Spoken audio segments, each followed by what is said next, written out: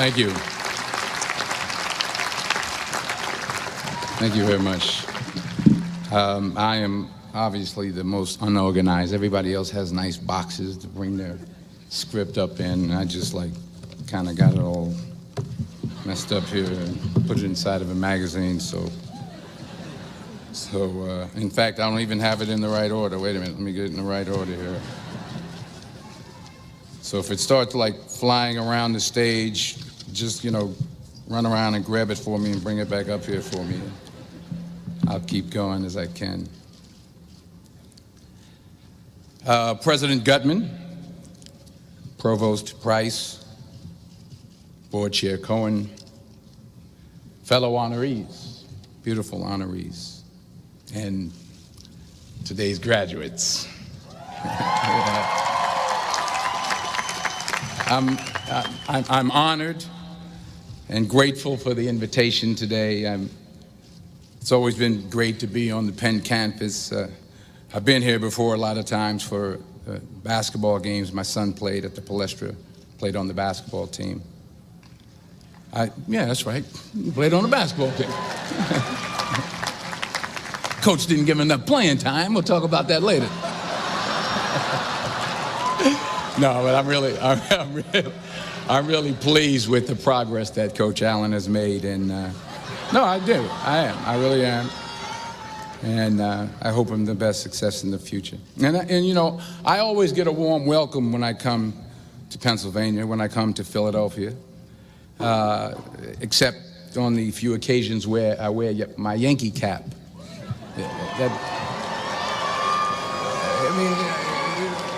What's wrong with that? I can't suddenly just switch up and wear a Philly cap. I mean, it's like taking your life in your hands around here when you wear a Yankee cap. I'm telling you. I met a couple of guys and they were like, "Hey, we love you, Denzel, but you walking around with that hat on, we don't care who you are."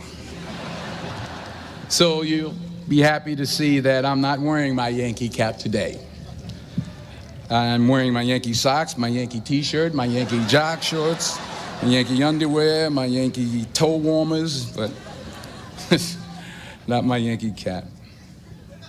But still, I'll be honest with you, I'm a little nervous. I'm not used to speaking at a graduation of this magnitude. It's a little overwhelming.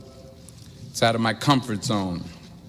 You dress me up in army fatigues or throw me on top of a moving train, as someone said, unstoppable, or ask me to play Malcolm X, Reuben Hurricane Carter, or Alonzo from Training Day. I can do that.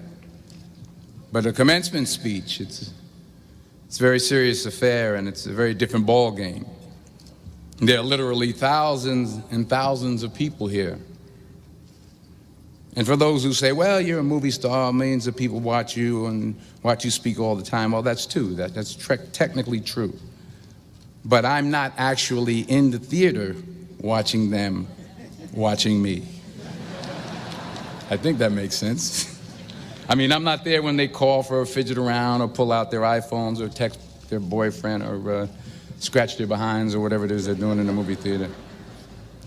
But from up here, I can see every single one of you. And that makes me uncomfortable. So please, don't pull out your iPhones and your texts. Don't text your boyfriend until after I'm done. Please. If you have to scratch your behind, I understand. Go ahead. I was thinking about this speech, what I should say. I figured the best way to keep your attention would be to talk about something, really like juicy Hollywood stuff. Like, I thought I could talk about me and Russell Crowe getting in arguments on the set of American Gangster, but I said, no, you're a group of high-minded intellectuals, you're not interested in that. Or maybe not. I thought about a private moment I had backstage with Angelina Jolie in a dressing room after the Oscars. But I said, no, I don't think so. This is an Ivy League school, and Angelina Jolie half naked in a dressing room. Who wants to hear about that? No one. This is Penn. That stuff would never go over well over here. Maybe at Drexel, but not over here.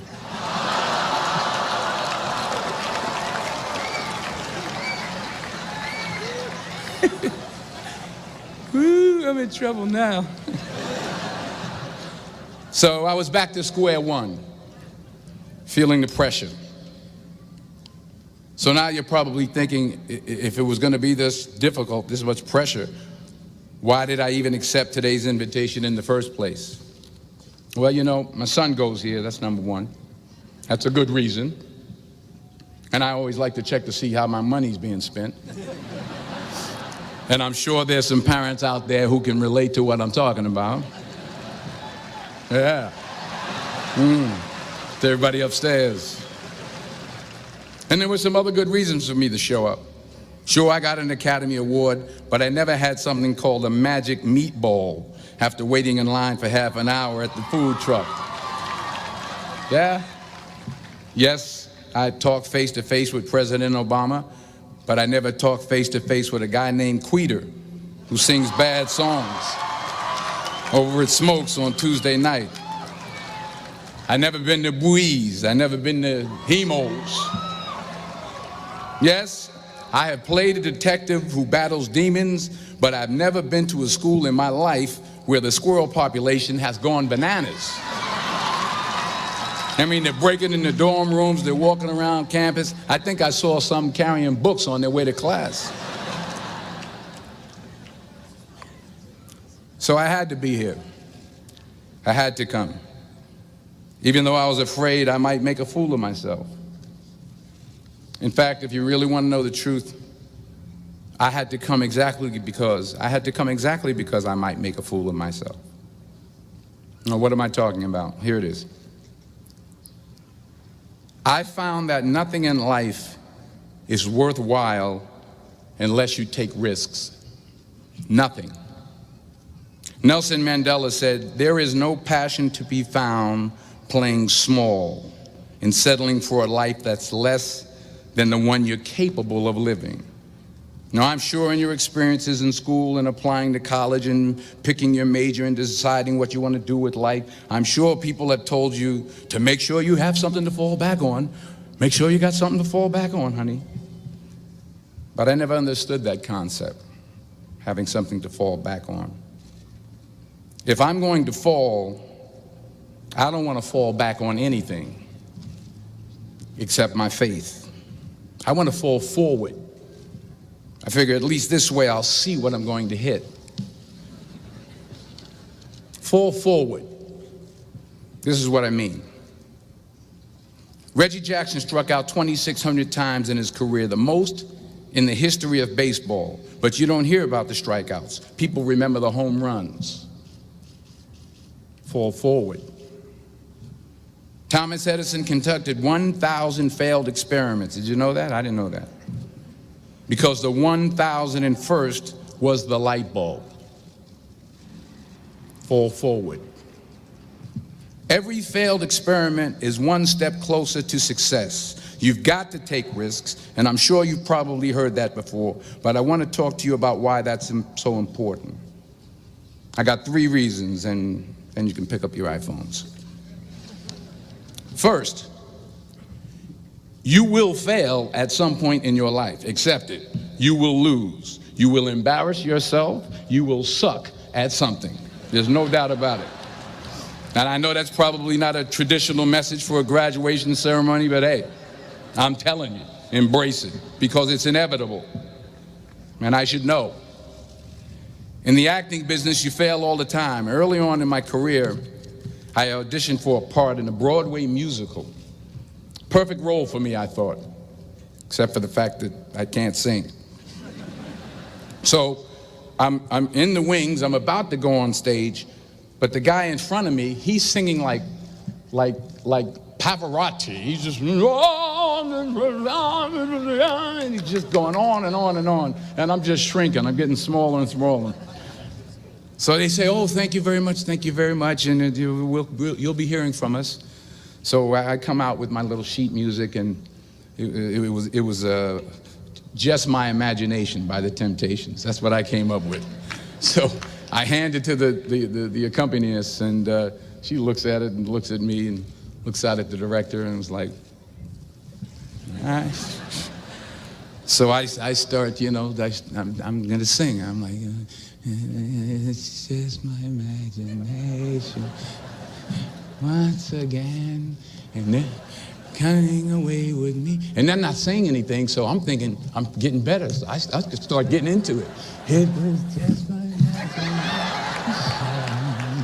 Running. They say, oh, yeah, thank you. Thank you very much, Mr. Washington. Thank you. So I assumed I didn't get the job. But the next part of the audition, he called me back. The next part of the audition is the acting part of the audition. So I'm like, hey, okay, maybe I can't sing, but I know I can act. So they pair me with this guy, and again, I didn't know about musical theater. And musical theater is big, so they can reach everyone all the way in the back of the stadium. And I'm more from a realistic, naturalistic kind of acting where you actually talk to the person next to you. So I don't know what my line was. My line was, well, hand me the cup. And his line was, well, I will hand you the cup, my dear. The cup will be there to be handed to you. I said, oh, okay. Well, should I give you the cup back? Oh, yes, you should give it back to me because you know that is my cup and it should be given back to me. I didn't get the job. But here's the thing. I didn't quit. I didn't fall back. I walked out of there to prepare for the next audition, and the next audition, and the next audition. I prayed. I prayed, and I prayed. But I continued to fail, and fail, and fail. But it didn't matter, because you know what?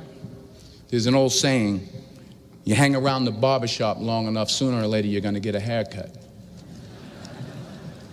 So you will catch a break, and I did catch a break. Last year, I did a play called Fences on Broadway. Someone talked about it. Won the Tony Award. And I didn't have to sing, by the way. But here's the kicker. It was at the Court Theater. It was at the same theater that I failed that first audition 30 years prior. The point is, and I'll pick up the pace, the point is every graduate here today has the training and the talent to succeed. But do you have the guts to fail? Here's my second point about failure. If you don't fail, you're not even trying. I'll say it again. If you don't fail, you're not even trying. My wife told me this great expression. To get something you never had, you have to do something you never did. Les Brown's a motivational speaker. He made an analogy about this. He says, imagine you're on your deathbed, and standing around your deathbed are the ghosts representing your unfulfilled potential. The ghost of the ideas you never acted on. The ghost of the talents you didn't use. And they're standing around your bed, angry, disappointed, and upset. They say, we came to you because you could have brought us to life, they say. And now we have to go to the grave together. So I ask you today, how many ghosts are going to be around your bed when your time comes? You've invested a lot in your education, and people have invested in you. And let me tell you, the world needs your talents, man, does it ever. I just got back from Africa like 2 days ago, so if I'm rambling on, it's because I'm jet lagged. I just got back from South Africa. It's a beautiful country, but there are places there with terrible poverty that need help. And Africa is just the tip of the iceberg. The Middle East needs your help. Japan needs your help. Alabama needs your help. Tennessee needs your help. Louisiana needs your help. Philadelphia needs your help.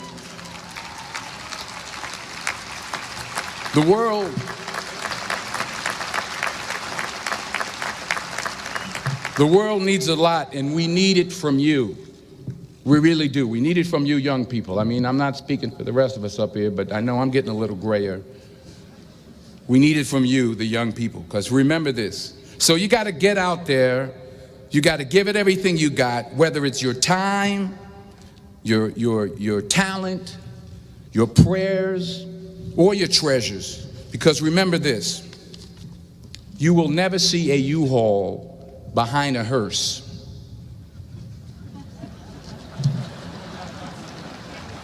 I'll say it again.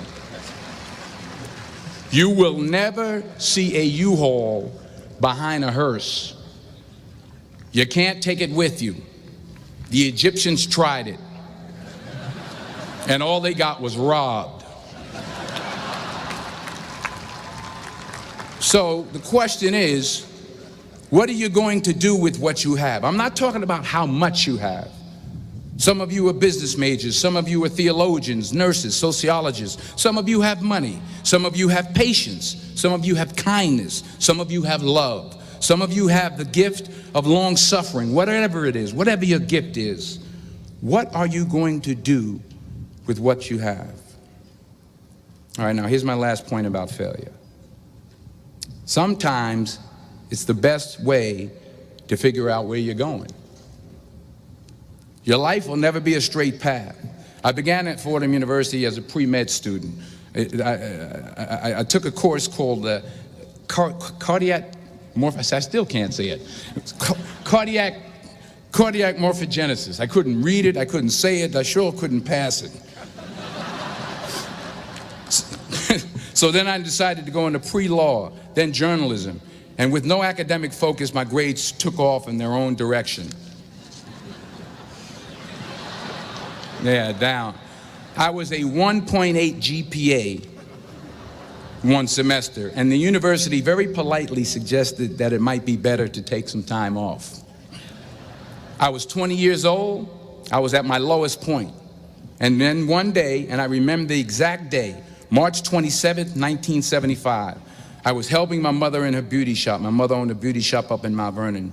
And there was this older woman who was considered one of the elders in the town. And I didn't know her personally, but I was looking in the mirror, and every time I looked at the mirror, I could see her behind me, and she was staring at me. She just kept looking at me. Every time I looked at her, she kept giving me these strange looks. So she finally took the dryer off her head and she said something I'll never forget. First of all, she said, "Somebody give me a piece of paper. Give me a piece of paper." She said, "Young boy, I have a prophecy, a spiritual prophecy." She said, "You are going to travel the world and speak to millions of people." Now, mind you, I'm 20 years old. I'm flunked out of school. In fact, like a wise ass, I'm thinking to myself, maybe she's got something in that crystal ball about me getting back into school next fall. But maybe she was onto something, because later that summer, while working as a counselor at a YMCA camp in Connecticut, we put on a talent show for the campers. And after the show, another counselor came up to me and asked, "Have you ever thought about acting? You're good at that." So when I got back to Fordham that fall, I got in and I changed my major once again for the last time. And in the years that followed, just as that woman prophesied, I have traveled the world and I have spoken to millions of people through my movies. Millions who up till this day couldn't see me, who up till this day I couldn't see while I was talking to them, and they couldn't see me. They could only see the movie. They couldn't see the real me. But I see you today, and I'm encouraged by what I see. And I'm strengthened by what I see. And I love what I see.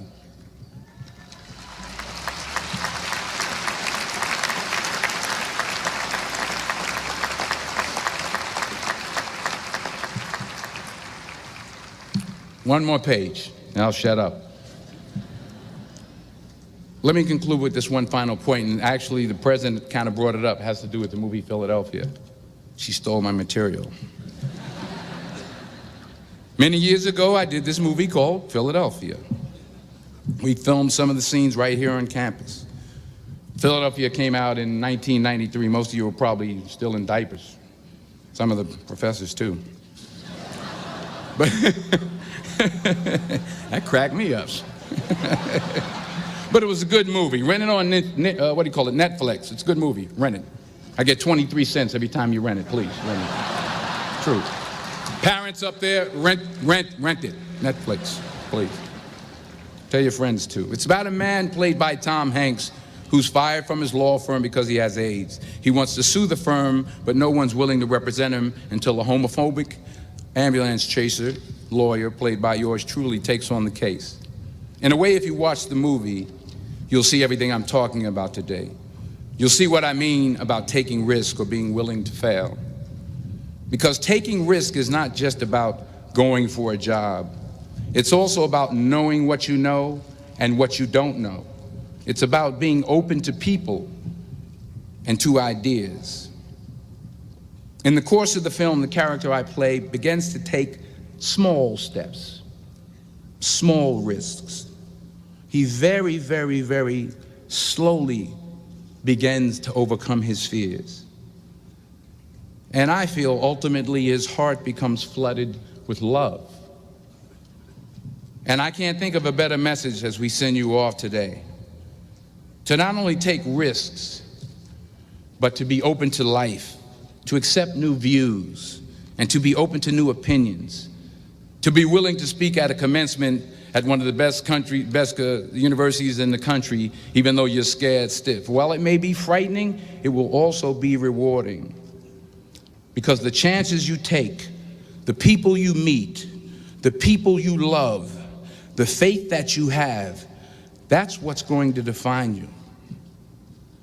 So members of the class of 2011, this is your mission. When you leave the friendly confines of Philly, never be discouraged, never hold back, give everything you got. And when you fall throughout life, and maybe even tonight after a few many glasses of champagne, remember this: fall forward. Congratulations, I love you, God bless you, I respect you.